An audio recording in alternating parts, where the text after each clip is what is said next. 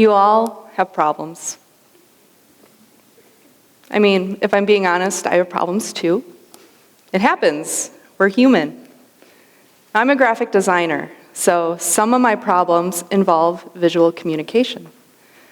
My job is to design something so that it captures the essence of what's being said. So for example, with a logo, when I design a logo, I have to have a lot of information at hand in order for me to be able to do this. I have to understand the company's culture and their vision and their goals. I have to know about the products and services they offer.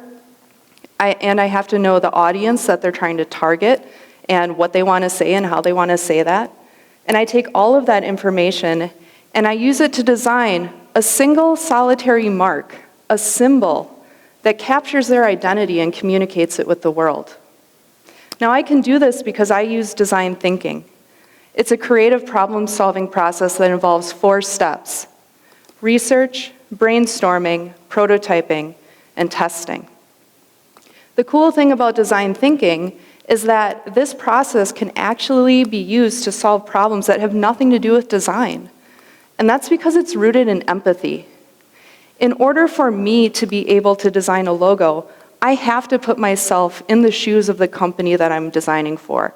I have to understand the world from their perspective.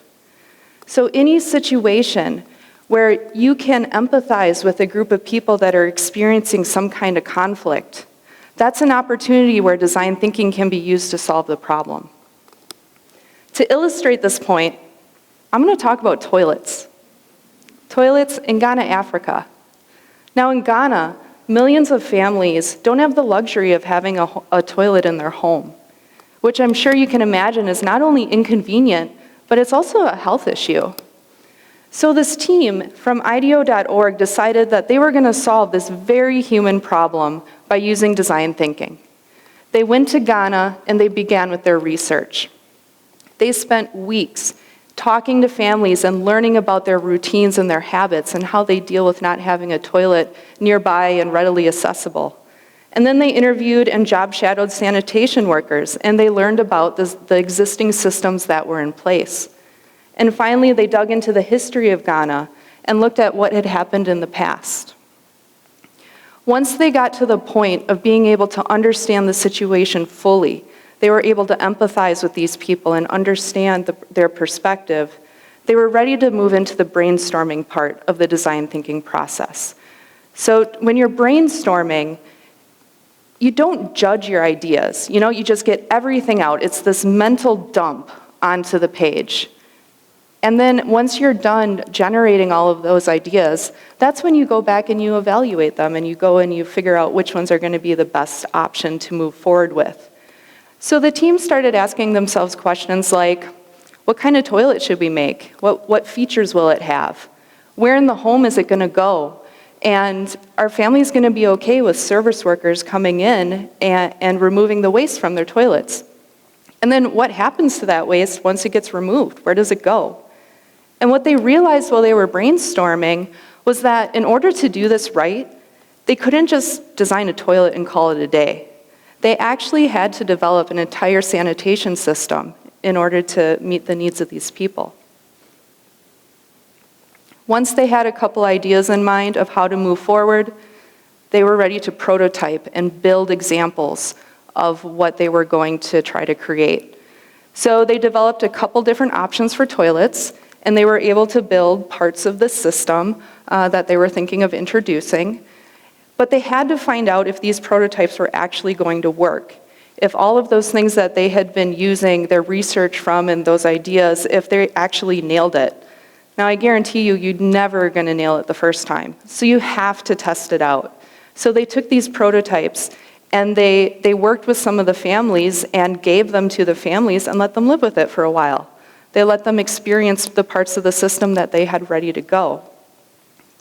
And then after a period of time, they came back and they got some feedback. And the feedback part of this is so critical.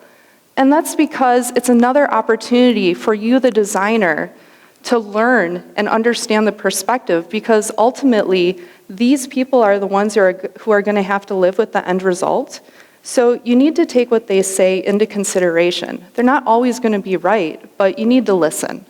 And that's going to inform how you move forward. So when they got feedback from these families, they learned two important things. The first thing was that with the toilet prototypes, the ones that had flushing function, those weren't going to work. And that's because of water scarcity. There just wasn't a guarantee that there would always be enough water available for them to be able to flush their toilets.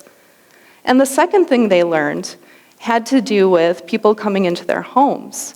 So originally, when they were interviewing these families, they said, how would you feel about having someone come into your home and take care of this for you?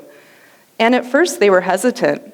They had said that if they could save a little bit of money, they would be willing to dispose of the waste themselves if they could be shown how to do it in a safe way.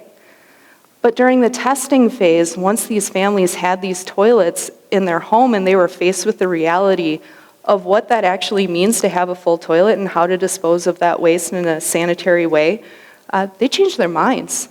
They recognized the value of having a trained person come into their home and provide that service for them.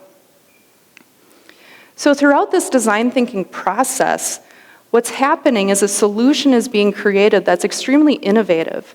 And it's innovated for a couple of reasons. First of all, it's so customized to these people. And that's because of the research and the empathy and the perspective that was developed in the very beginning of the process. So what they're creating is just going to work for them. It's customized and tailored for their experience. And as a result of this customization, the end result also ends up being extremely effective. In 2012, the Clean Team service was launched. Now, Clean Team is a company that's run by Ghanaians for Ghanaians, and for one monthly fee, which, by the way, costs less than what it would cost to use the public toilets in Ghana, a family will have a cabin-style toilet delivered to their home, so there's no flushing involved. It will be installed, and then up to 2 times a week, a service worker will come in, clean the toilet, and remove the waste and cartridges. And then those cartridges get loaded onto a truck, and the truck uses the infrastructure that was built as part of the sanitation system, eventually ending up at a waste treatment facility. Since it launched in 2012, over 5,000 families are now able to afford to have a toilet in their home, whereas they never could before. Design thinking was able to be used in this situation to come up with a creative and innovative solution to help solve a very human problem. Now, I want to switch gears for a second, and I want to talk about a situation that hasn't yet been solved yet. And for that, I want to talk about road rage. Now, I think all of you have probably experienced road rage in here in one form or another. So you're either the person with road rage, right? Like you're the aggressive driver and you know who you are, or you're the person who's being affected by road rage. Now, I want you to think about this. If you were going to use design thinking to help solve this problem, you'd have to start with your research.